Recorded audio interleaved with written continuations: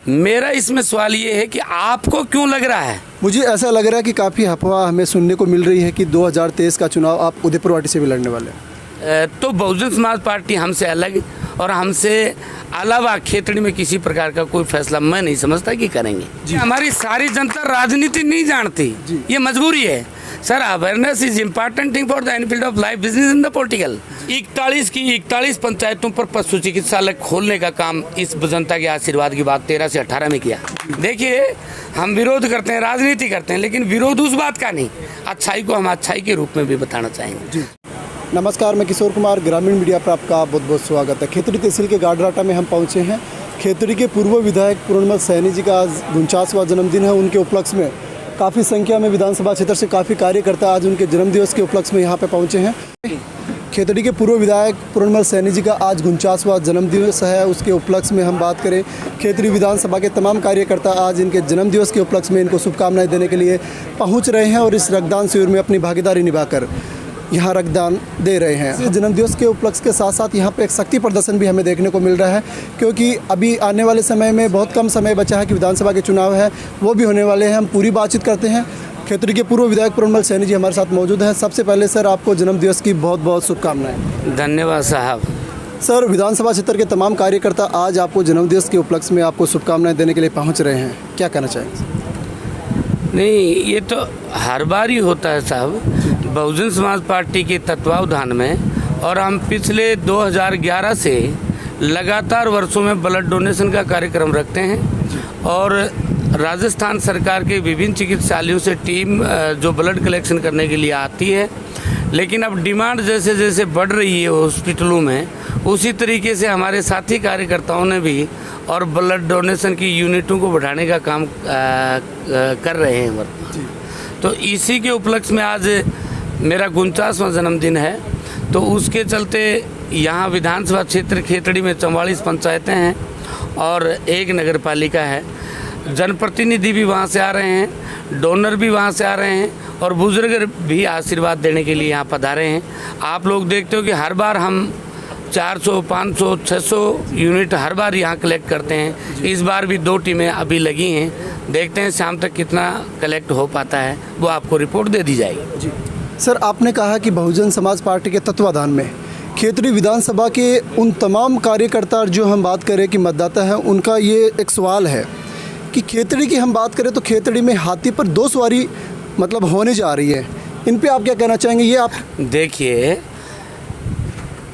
ये लोकतांत्रिक ज़माना है और इसमें पार्टी ज्वाइन करना और टिकट मांगना आम आवाम का हक और अधिकार है, कोई भी मांग सकता है। आप जो मेरी बात कर रहे हो कि बहुजन समाज पार्टी के तत्वावधान में हर बार का हमारा 48वां जन्मदिन देखिए, 47वां देखिए, 46वां देखिए, और मैं तो ये कहूँगा कि जब से 11 से लगातार देखिए। और हमारी बहुजन समाज पार्टी में 1998 की ज्वाइन, जो हम लगातार बहुजन समाज पार्टी में काम करते आ रहे हैं, और पहले भी 2008 में, 2013 में और 2018 में बहुजन समाज पार्टी के ही नेतृत्व में आदरणीय बहन कुमारी मायावती जी के आशीर्वाद से यहाँ चुनाव लड़ते रहे।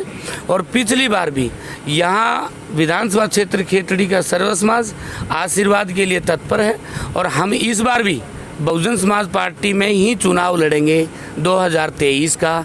ये जनता है जो जनसैलाब उमड़ रहा है, ये आप देख भी रहे होंगे। रही बात, आपने कहा कि 2 सवारी नहीं, इस देश में जितने भी 6 राष्ट्रीय राजनीतिक दलों का रजिस्ट्रेशन हो रखा है, उनमें समस्त दल में, बल्कि मैं तो ये भी कहना चाहूँगा कि प्रांतीय दल जो हैं उनमें भी जिनका वर्चस्व जिस स्टेट में या जिस ज़िले में होता है, वहाँ 1 से अधिक क्लाइंट या टिकट के मांगने वाले उम्मीदवार होते हैं। लेकिन बहुजन समाज पार्टी, मैं आपको दूसरी साइड में अगर ले जाऊँ तो राजनीतिक पार्टी होने से पहले और एक मिशन है महापुरुषों का जो इस देश में पड़ी व्यवस्थाओं का परिवर्तन करना चाहता है, इसलिए हम उन मिशन के लोगों में से हैं। तो बहुजन समाज पार्टी हमसे अलग और हमसे अलावा खेतड़ी में किसी प्रकार का कोई फैसला मैं नहीं समझता कि करेंगे। जी है कि 2023 में बहुजन समाज पार्टी के बैनर के तले आपका चुनाव लड़ा जाएगा। बिल्कुल 100 पैसा मेरा भरोसा ही नहीं, बल्कि मैं आज तक आपको उदाहरण के रूप में बताऊं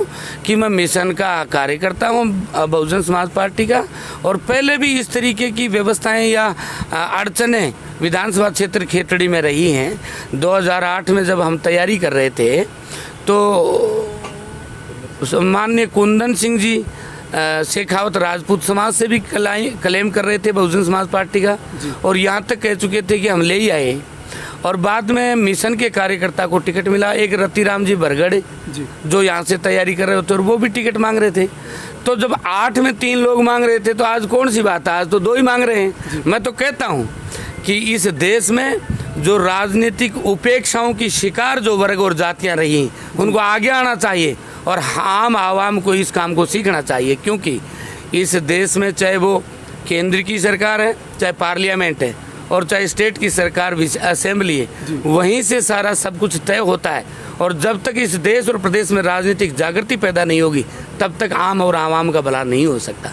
इसलिए मेरा तो आग्रह है कि जो भी आदमी लड़ना, ये अच्छी बात है कि आम आवाम जग रहा है और राजनीतिक पदों के लिए और राजनीति की ओर सेवा में आना चाह रहा है। जी 2023 की हम बात करें, आप बहुजन समाज पार्टी के बैनर के तले चुनाव लड़ेंगे, क्या आपके ड्रीम रहेंगे फ्यूचर के लिए खेतड़ी विधानसभा के लिए? देखिए, मैं आप लोगों से निवेदन करना चाहूँगा, ड्रीम की कोई बात नहीं है। हर देश लोकतंत्र से चलता है, संविधान से चलता है। इस देश का भी संविधान है और संविधान के अनुसार इस देश के संविधान की प्रस्तावना में जैसे लिखा है कि कोई भी दल इस देश और प्रदेश में सरकार बनाएगा तो व्यक्ति, समूह और समाज की मूलभूत आवश्यकताओं की पूर्ति करना उस दल की सरकार का दायित्व है। अब सवाल यहाँ बनता है कि 74-75 वर्ष की आज़ादी के बाद भी इस देश के संविधान में निहित व्यक्ति, समूह और समाज की मूलभूत आवश्यकताओं की पूर्ति यहाँ नहीं हो रही है। इसलिए ये पीड़ा जनता की है, खेतड़ी की पीड़ा नहीं है, बल्कि मैं कहूँ पूरे स्टेट में, राजस्थान में हम गुमे हैं और बहुजन समाज पार्टी के साथ काम करने का दूसरे प्रदेशों में भी अवसर मिला। सब जगह आज़ादी के बाद और आज की तारीख में जो हालात ख़राब हैं आप भी जानते हो।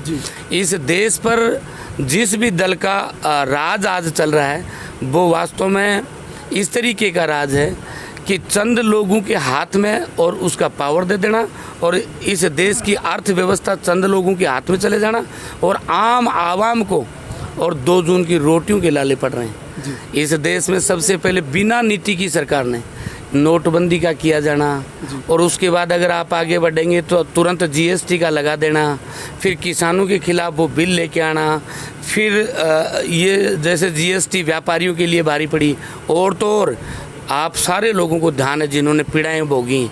इस देश में बिना नीति के कोई सरकार नहीं चल सकती और नीतियां जो हैं वो धर्म का तंत्र फैला के और आपस में जातियों को तोड़ के बांट के धर्म के नाम पर और केवल राज करने का काम किया जा रहा है। और स्टेट सरकार की अगर हम कहीं बात करें तो वो उनके घर में इतना बड़ा अंतरकलह है कि वो आपस में लड़ के और राज को सुरक्षित रखने हेतु कि कैसे जैसे ये 5 वर्ष निकले इसमें लगे हैं, तो मूलभूत आवश्यकताओं की पूर्ति करने के लिए जो उत्तरदायित्व सरकारों का होता है वो भूले पड़े हैं, क्योंकि उनको तो जातियों को तोड़ते हुए और धर्मों में बांटते हुए इस देश पर राज विखंडन करते हुए राज करना है और इनको अपनी पार्टी को कैसे जैसे बचा के प्रदेश पे राज करना है। और खेतड़ी की जनता भी, सर्व समाज मेरे साथ विराजमान है, इनसे पूछिए इस देश में जब से इस जनता का आशीर्वाद मुझे मिला और मैं राजस्थान की विधानसभा में गया, लोग कहते थे, विरोधी लोग, कि जाके कोने में बैठेंगे, लेकिन आपके आशीर्वाद से, बहन कुमारी मायावती जी के आशीर्वाद से जीत कर गए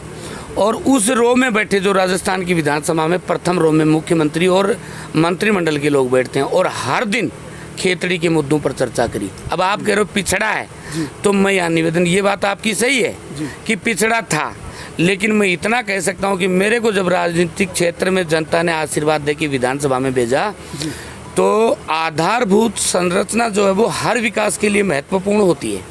खेतड़ी में आधारभूत संरचनाओं का अभाव रहते हुए और विकास कि उस गति को प्राप्त नहीं कर पाया। इसके लिए मैंने प्लान किया, प्लान करके रजवाड़ों के टाइम से इस खेतड़ी से होकर एक स्टेट हाईवे गुजरता था जी। जिसको हम कहते थे राजगढ़ शाहपुरा के नाम से पुकारते थे जी। आज की तारीख में इस विधानसभा क्षेत्र खेतड़ी में हमारी डिमांड पर और राजस्थान की सरकार से और केंद्र की सरकार को प्रपोजल भिजवा के 2 स्टेट हाईवे और कर्मोन्नत करवाए इस खेतड़ी में। तो आज की तारीख में स्टेट हाईवे 3 इस खेतड़ी से गुजरते हैं। ये आधारभूत संरचना में आता है। सूचना का अधिकार अधिनियम में प्रार्थना पत्र लगा के आप पता कर सकते हो। दूसरा मैं बात करूं तो 3 से 8 तक माननीय दाताराम जी भारतीय जनता पार्टी यहाँ विधायक रहे और 8 से 13 तक माननीय डॉक्टर जितेंद्र सिंह जी कांग्रेस से विधायक ही नहीं अपितु वो मंत्री भी रहे। लेकिन उन्होंने दोनों लोगों ने 10 वर्ष में जितनी इंफ्रास्ट्रक्चर के लिए खेतड़ी में सड़कें बनाई उन दोनों को अगर आप जोड़ोगे तो उससे 219 किलोमीटर सड़क ज़्यादा बनाने का काम 13 से 18 के बीच में इस खेतड़ी की जनता के आशीर्वाद से यहाँ किया गया है जी। अब अगर आप आगे बढ़े, ये बात सही है जी। कि खेतड़ी में पेयजल का भी बड़े दिनों से अभाव रहा है। चाहे वो कांग्रेस पार्टी की सरकार के नुमाइंदे पहले भी खेतड़ी का प्रतिनिधित्व करते हुए राजस्थान की सरकार में और मंत्री पीएचडी के मंत्री भी रहे, लेकिन उन दिनों के दौरान भी पेयजल की बड़ी किल्लत थी और ये नगर पालिका खेतड़ी के लोग विराजमान हैं। उन दिनों में भी कहा जाता था, हर दूसरे तीसरे दिन अखबार में आता था कि आज फला वार्ड में पानी नहीं, आज फला वार्ड में नहीं। ये बात सही है कि कांग्रेस पार्टी के नुमाइंदे जब कांग्रेस में पार्टी में सरकार थी उस समय उन्होंने 956 करोड़ रुपए की व्यवस्था कुंभाराम लिफ्ट परियोजना के लिए कांग्रेस पार्टी की सरकार ने की जी। और वो 6 फेज का कार्यक्रम निर्धारित था। वो पानी अपने यहाँ पेयजल के रूप में आना था और वो जल 2015 में जब 13 में जनता ने मुझे आशीर्वाद दे दिया और 15 तक 6 फेज पूरे हो जाने थे और खेतड़ी में वो पेयजल की व्यवस्था हो जानी थी, नहीं उतरा।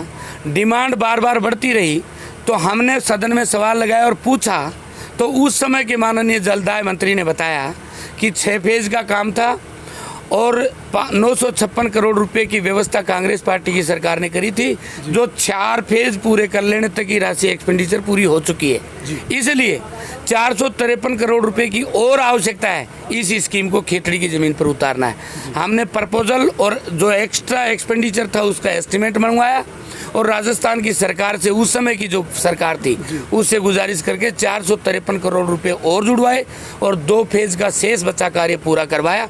2016 में वो कुंभाराम लिफ्ट परियोजना का पानी खेतड़ी की जनता को मिल पाया।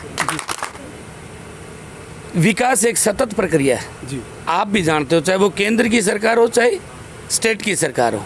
व्यक्ति विशेष का तो मेरे ख्याल में चहुमुखी विकास करने के लिए बनता भी क्या होगा, उठता भी क्या होगा, लेकिन विकास एक अनवरत प्रक्रिया है।